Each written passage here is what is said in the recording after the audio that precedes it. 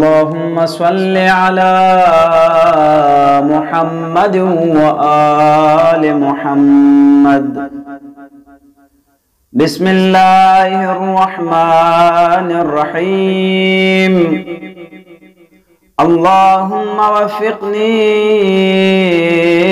فيه لموافقة الأبرار، وجنبني فيه مرافقة الأشرار، وآوني فيه برحمتك إلى دار القرار، بإلهيتك يا إله العالمين، برحمتك يا أرحم الراحمين. اللهم صل على محمد وآل محمد.